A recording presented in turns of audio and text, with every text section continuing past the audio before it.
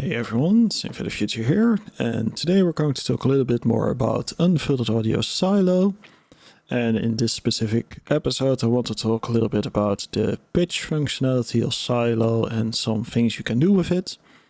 Now, it's important to keep in mind that this is not a harmonizer tool or anything, so even though these concepts do work, they are not without flaws. So I want to start off with a little bit of a demonstration of why this isn't a flawless technique, but I still think the results are pretty cool. And you can use this on all sorts of things, not just vocals, but also on synthesizers and pads and whatever you want to mess around with. So let's dive into a little demonstration of what we are going to get into. And so you can also hear the flaws. So what I have going on here is a little track. And this is a ghost hack free sample. Without silo, it sounds like this. Who are you to say that you still want me when it was you who said goodbye? So that's a pretty nice vocal. You are going to hear that line a lot. And what we can do with silo is we can actually harmonize this down. Who are you to say that you still want me when it was you who said goodbye? And you can also blend this in. Who are you to say that you still want me when it was you who said goodbye? For vocal harmonization. Now, this is not extremely perfect harmonization, and to demonstrate that I will compare it to Quadrafox by Eventide, which is set to 1/5 down. So both of these tracks are 1/5 down. I'm going to put the mix of silo on 100, so we should get two exactly identical sounding clips. Who are you to say that you still want me when it was you who said goodbye? Who are you to ask me for a chance when you're the only reason why? It's over and it's all your fault. It's done now.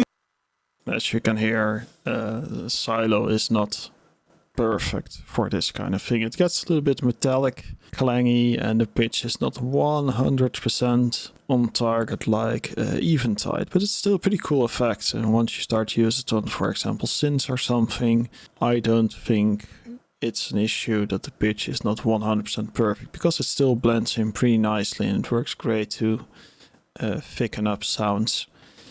And you can use like whole steps and stuff, but you can also just do mild detunes, which is pretty interesting. So let's just do a mild detune on this vocal and blend it in. Who are you to say that you still want me when it was you who said goodbye?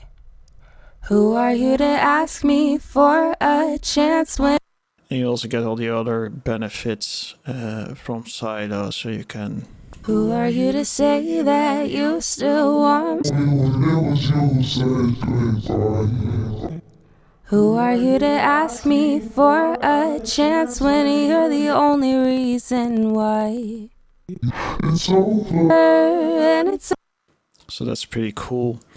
But there are some things you have to keep in mind with silo and pitch, and that's a little bit confusing, and it confused me as well, because it says in the info that it does not affect playback speed, but it kind of sort of does, because there are two playback speeds in silo. And to demonstrate this, we are just going to use silo. I'm going to set it to a... Actually, I'm just going to default it. There we go. We'll use a nice flat window. We'll set it to 1 bar.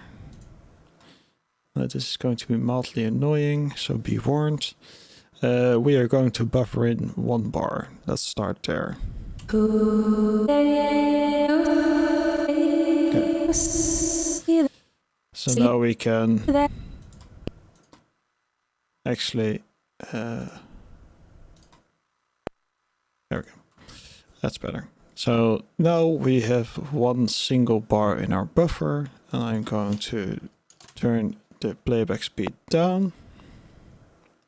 Just going to put it here. And let's see.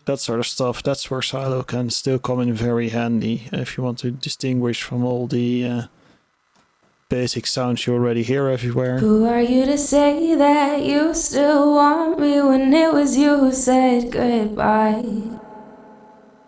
Definitely something to check out as silo. So do keep in mind, if you start to pitch things up, you will outrun your buffer, which means you will get delays. Now, this is not a problem if you are going to render things out.